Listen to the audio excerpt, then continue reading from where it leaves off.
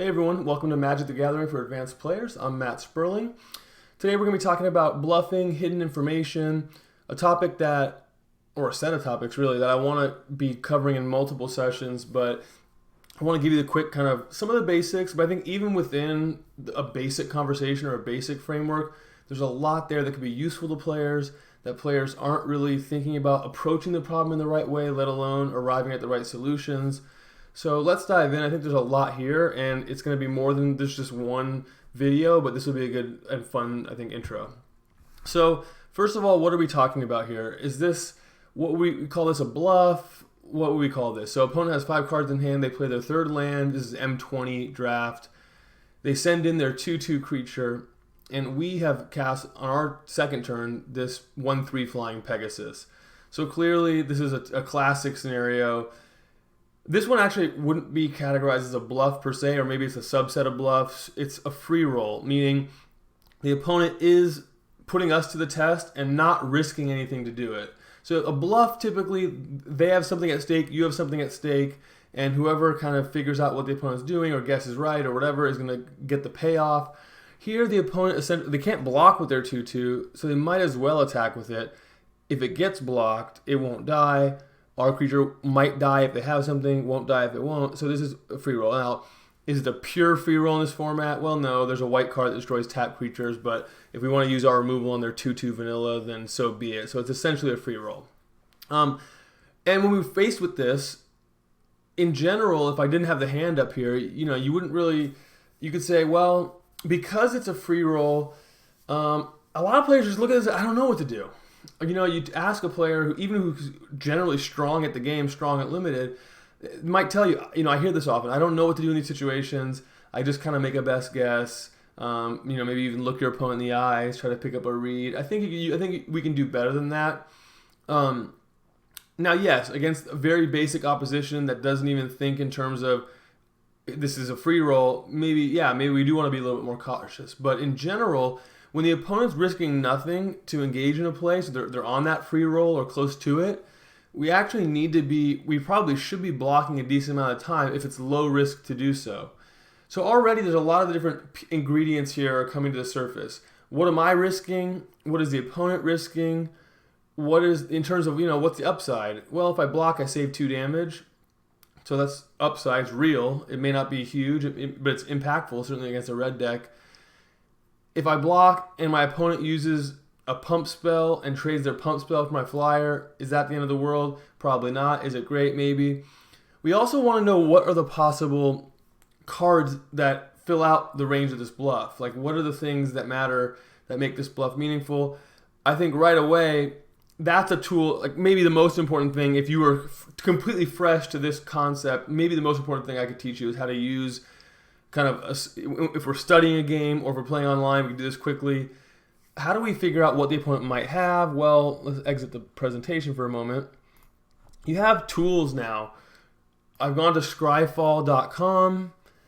This is a Magic search engine, and you can do really cool stuff once you get the hang of it. So what would I do to figure out what the opponent might have? Well, if I'm just worried about what they can have in combat, I can go, they've got English language commands, set M20 and color red or color green. And there's probably more than one way to do or color, but again, it's natural language, so I know this works. So in parentheses, there's an or to go with the and. It's kind of just your basic operators, but this is a good sample. So or, or type instant. So sorry, and type instant or oracle, which means part of the oracle text, flash. So what have I searched for here? So it's a card that we cast at instant speed. It's either instant or a card with flash. It's red or green. So it's, again, just kind of natural language that constructed this and sequence. These and operators are tying together. I want it to be from M20. That's the format I'm playing. I want it to be red or green. And I want it to be instant or flash. And the parentheses are important because they work as mathematical operators do. So you don't need to be a programmer to figure this out, obviously. Play around with this tool because it's going to help you. Let's see how. Whoops. Well, you got to hit the right button. Enter in this case. So I enter that search. And it's going to come up with all these instants and an important flash card here. So there are a number of giant growths, your Titanic growth, your Uncaged Fury, your Infuriate, your growth cycle, even your Feral Invocation, which becomes pretty important. But one thing, you're looking at the universe of possibilities, you also want to understand which are more likely to actually be in the deck. I think Titanic Growth might not even be in the booster packs, so that one's probably, maybe it's in a theme deck or something. But these are somewhat likely to be in the deck. This one gets played a decent amount, but doesn't always make the cut. Something like Uncaged Fury often is in the deck, but we're actually probably fine trading a 3 mana, pretty good uncommon instant for a creature. So you want to kind of look at what's out there. Commons are more likely than uncommons. Cards that get played a lot can be much more likely than cards that don't get played a lot. So it's not just if it's on here once, we wait at 1. And then is there anything that does more than just a pump spell? So if notice that if we do block here, if it's just a pump spell, we're going to end up trading our 2 mana spell for their 2 mana spell, or maybe their 1 mana spell if it's Infuriate. Fine. We lose our 1/3. There's not that much at stake, but there's this one card that should be sticking out to us from a common sense perspective: Feral Invocation. If this gets cast, I got to understand that's a possibility, and I'm going to lose my creature and be facing a 4/4, and that's potentially troubling. So I think for that reason, this search could be helpful. We didn't put that on our radar. Now we got to go back and start to study the game state again, now that we have in mind. Okay, so when I say what's at stake, one of the things that matters, what's the worst thing they could do? What are they likely to do? So here they're fairly likely to have a pump spell. They may have nothing because it's a free roll, or Feral Invocation represents a not too unlikely, it's a common, not too unlikely worst case scenario. So what am I going to do about this? Well, the answer is I think I don't always want to do the same thing. I become very predictable, and also I kind of let my opponent gets to kind of lead me down the path they want to take me on if I'm always so predictable and play that way. Meaning, if they always send a 2/2 into my 1/3, do I always want to block? No. Do I never want to block? No, because then my 1/3s, I don't get the benefit of the fact that they can block 2/2s. So one of the things you want to look at, in terms of risk, what's the redundancy? Am I relying on this? A hand with one creature may be more likely to want to preserve that creature.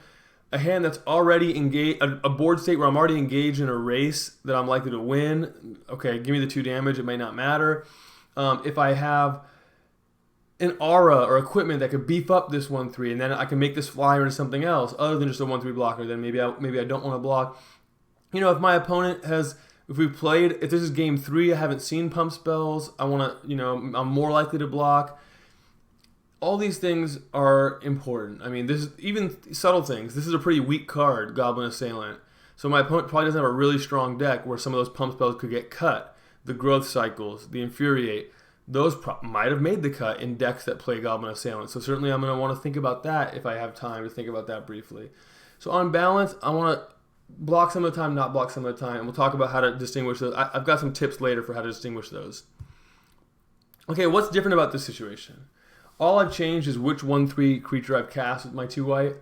But this is a very different situation because now the opponent is no longer free rolling. By blocking, if the opponent has nothing, I both gain a life and threaten to attack for another life. But even just the fact that I gain a life when he or she attacks, well, that's super relevant because now the opponent is either running a complex bluff or they don't understand the interaction, which is possible, or they've got something and they intend to use it to wipe out my chaplain if I block. And in these situations, first of all, most players don't have a whole lot of bluffs in their game, so if you know who you're playing against, that matters. You can get a pretty good sense of how likely they are to bluff, how likely they are to just be doing it because they play it to attack, so like to kind of not be at level 0 and not understand that you can block and gain a life. That would be if you're playing as a true beginner. And lastly, how likely they are to do this without a pump spell in order to get it through versus actually having the pump spell. But most players, the majority of players, when they attack with this, they're telling you, I've got a pump spell, and you got to decide, do I want to trade my 1/3 for that pump spell?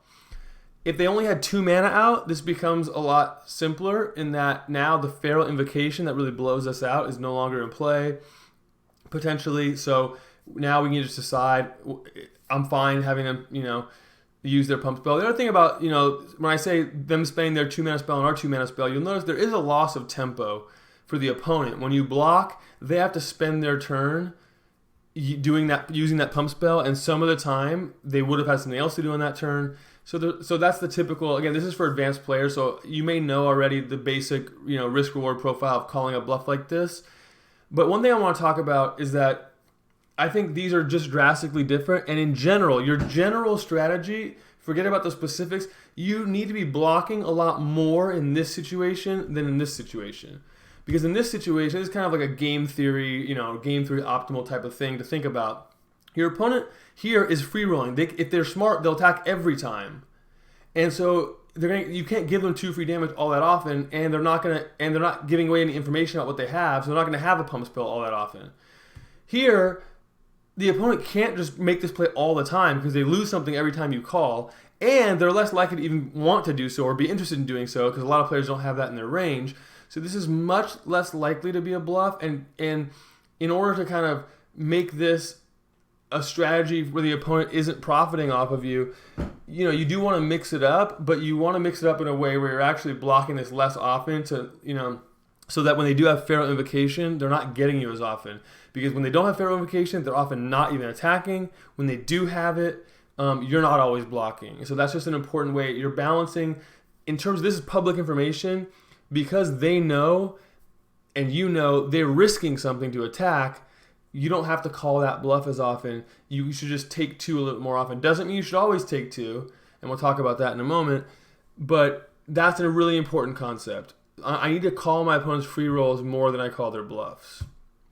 So what's different about this situation if let's go back to the Pegasus situation. So here we're deciding what to do. We look at our hand and okay, well, if the Feral Invocation comes down, it's fairly backbreaking for this hand. I might find myself on the back foot for several turns. Yes, the Foot Soldier would come down. I get another one. Maybe I double block, but then, things could set up poorly from there. So because of Feral Invocation, I might decide with this hand, you know what, I'm just going to take the 2. And because it's a flying creature, I'm going to play another Vulture. I'll just get into a race, and I feel like I'm equipped to win that race with Foot Soldiers to block, with life gain in my deck, and with flyers on the board, so I'll just take it. But is this situation different? So I think this situation is actually different enough that now, what's changed? Well, now we have Aerial Assault in our hand, so that if Feral Invocation gets played, instead of being like far behind on the back foot, we actually just get to play this and get our card advantage right back. So now we trade 2 for 2 to kind of wipe out the opponent's board and be set up for a longer game with the Foot Soldier, Epicure, Vulture. And so I think in this context, if I block, my opponent has a pump spell. Well, we were always kind of okay with that. Just on the basic math of it, it's never going to be that bad to trade your Pegasus for a pump spell. But Feral Invocation was what we're really scared about. Now we have Aerial Assault. So what's critical here is I'm using private information about my hand my opponent didn't have when they made this bluff or free roll. I'm using that to vary my strategy. So that's how I like to approach the situations. I look at the hidden information in a situation where I've decided ahead of time my general strategy in the context is to sometimes block and sometimes not block, sometimes call bluff, sometimes not call bluff. I don't really want to be using, in my opinion, a ton. I mean, you're going to use some reads if you have them, but I don't want to rely purely on reads of the opponent. Oh, do they look like the kind of person who has it or not? I can use that if I've got it, but I want to rely fundamentally on just the hidden information. Is this the kind of hand that values the Pegasus highly? Is this the kind of hand that has a good response to the worst case scenario or not a great response to the worst case scenario? I'm going to use that to vary my play. So this would be a situation where I block, whereas the previous situation where I've got the Cutthroat instead, maybe this is a game where I don't want to be on the back foot. I don't have a great way of getting the Feral Invocated creature off the board. I may just take the 2 here. So just think about private info and what are we gaining. Here, let's change it again. I said, this is a bluff that I don't have to call all that often because the opponent's risking something to do it. I want to note here that, again, on private information, even I want to block this some of the time. Maybe I want to block at times where this Daybreak Chaplain is not actually going to be a major part of my game plan. it even gives me a life on the way out. Maybe if the rest of my game plan were flyers and removal, maybe I could block with it and not be risking much. Here, I've got an equipment that could make it a 2/4 lifelink, which we know when you have equipment or auras on a lifelink creature, they tend to scale up in a way that's not just 1+1. It actually can, now the equipment essentially has lifelink because I'm going to gain that life too. So I've got a card in this hand, Ancestral Blade, that makes the Daybreak Chaplain more valuable. I'm even less likely to block here. Even if I had a slight read that my opponent is capable of bluffing, I'm still not really interested in blocking here because turn 3 Ancestral Blade equip is actually a pretty powerful play. So again, hidden information, I'm using that to say, okay, if I've got information indicating which way I should go, that's an easy tiebreaker. I'm not going to block here. So let's recap.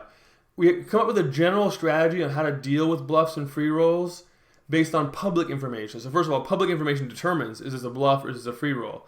My opponent may not be actually free rolling me in the context where I have aerial assault in my hand, but in general that's a free roll. They're on board, they're not risking anything to try to go for that 2 damage. And so I need to call that bluff more often, or that free roll more often, because of how easy it is to risk it and how much damage I'll be taking in aggregate if I just always ignore that. Think about high stakes and low stakes, or no stakes if it's a free roll, again, for both players. What are they risking to attack? What am I risking to block? Or it could be a counter magic kind of battle.